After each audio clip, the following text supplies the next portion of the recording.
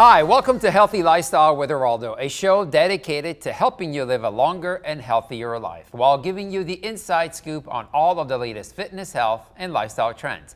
And of course, having fun while doing it. Today, one of my favorite co-hosts is back. She is a friend to the show, the dish it girl herself, Deleasa-Gonsar. Hi, Dina. Hi. How are you? I'm feeling good. How's the baby doing? Good, but it's not a he, it's a she now. I know. You know what? I went out and my wife bought a gift. It Oh, was I for know. a boy, and now we got to return the whole thing. You're not the only one. You're not the only one. We bought a crib. My mom bought like the first suit, got Oh real my excited. God. Had to return some things, but Oh, it's all boy. good. It's We're all healthy good, right? and happy, so. And Dish It Girl, everything Yeah. good with that? Yeah, everything's really good with Dish It Girl. I'm still moving forward with lots of great recipes, working with some Beautiful. great brands, so really excited. Excellent. Good. Yeah. Okay, great. All right, let's go ahead. Let's get right to it. For anyone who has ever purchased a home, you know it's no easy feat. But there are so many factors to keep in mind, and one very important one is lifestyle. Founder of Very Real Estate, Elizabeth Convery, is here with some great advice on choosing the best home to fit your lifestyle needs. Welcome, Elizabeth. Welcome, Thank you. Elizabeth. It's very nice to see you It's guys. so great to have you. Thanks for being here. Absolutely. So tell us, how does lifestyle fit into buying a home? Lifestyle to me should be the main factor in buying a home. Really? Outside of your office or where you work, you're Uh-huh. spending the majority of your time in your home, and you want to make sure that you're buying a property that really fits your lifestyle. So if you love to cook, the Right. kitchen should be really central to the purchase. You know, if you like natural light, why would you ever buy a home that, you know, is very dark? That's true. Now, what are some of the key factors you got to keep in mind if you're a first-time home buyer? Absolutely. I mean, if you're a first-time home buyer, I think the first step is to engage a real estate agent. And many people don't know this, but engaging a real estate agent as a buyer is actually free for the buyer. So the first step to find a great agent is to ask the people that you know and trust, who they've used, who they know and trust when they bought a home. Okay.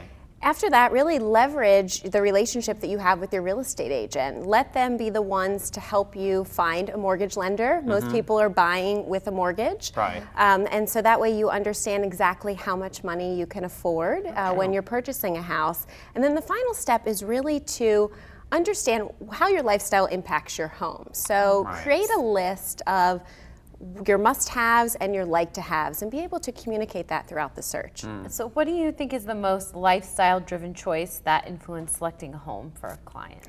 So I've worked with many clients. I primarily work with buyers. It's Right. a side of the business that I really enjoy. And a story that really stands out to me, I was working with an empty nester couple, and they had sold their big house in the suburbs and they were moving into Center City. And they were currently renting in the city to figure out which neighborhood they wanted to live in.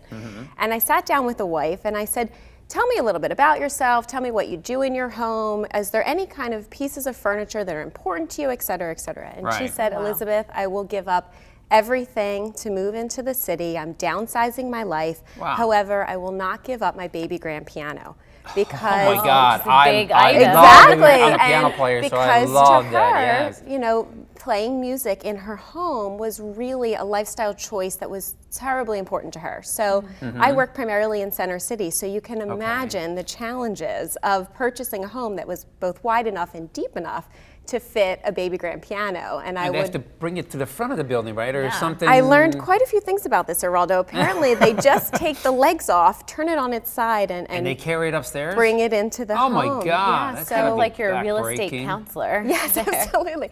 So we found her home. It was a bit of an extensive search, and I remember going into properties and I'd call her and I'd say, look, you can have the piano, but you can't have a couch in this one. So, but we did end up finding a property that was just perfect. It had a mezzanine level where the baby grand not only had a home, but she had a music room. Wow. So it was very It rare. worked out for for us her, to- right? Well, Any yeah. regrets? People buying a home and they're like, "Oh my God, I can't believe I made such a terrible choice."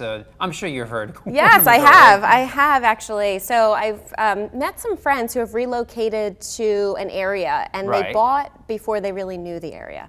So I always advise people, if you're new to a city or you're Yeah. new to a neighborhood, rent for a year if you can kind of stomach renting versus Right. owning. A lot of people think you're throwing away money, but really look at it as a decision for your life. To get a you feel know? for it, Get for a the- feel for the right, neighborhood. right. Figure out really where you'd like to live, and then engage a real estate agent to find the right property. And so does it also matter how long you would stay in a particular home? Do you have to think about how long you would be somewhere? You do, Dina, absolutely. If you think about how long you're planning to be in a home, let's say it's 5 years and Right. you're a newly married couple, you have to think, okay, in the next 5 years, are we planning to have children? Right. You know, how or your lifestyle will invariably change. So you want to make sure that the property that you buy, you're not outgrowing after a year or two of living there. Right. And does the school system make Yeah, a big, this is I like mean, that was schools. obviously has to be one of the top questions, right? It The school does. You system. know, if you're planning to, raise children in this home, you absolutely are considering. It's probably one of your, non-negotiables, if you will, as to where you'd like to live, to make sure that the school district is perfect for your family and for raising your child there. So, I mean, you've helped so many people along the way. What is your choice of a perfect home for you?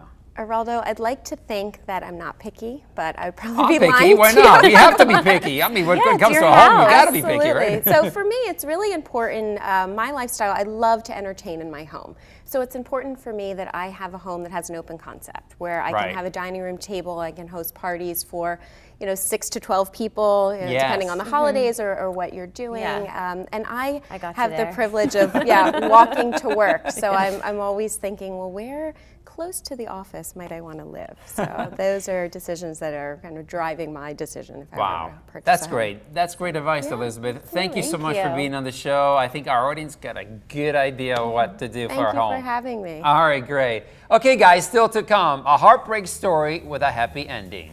Ahead, find out how Revenge Body's Will Ontivero dropped 40 pounds. His inspirational story is next when Healthy Lifestyle returns in just a moment. Check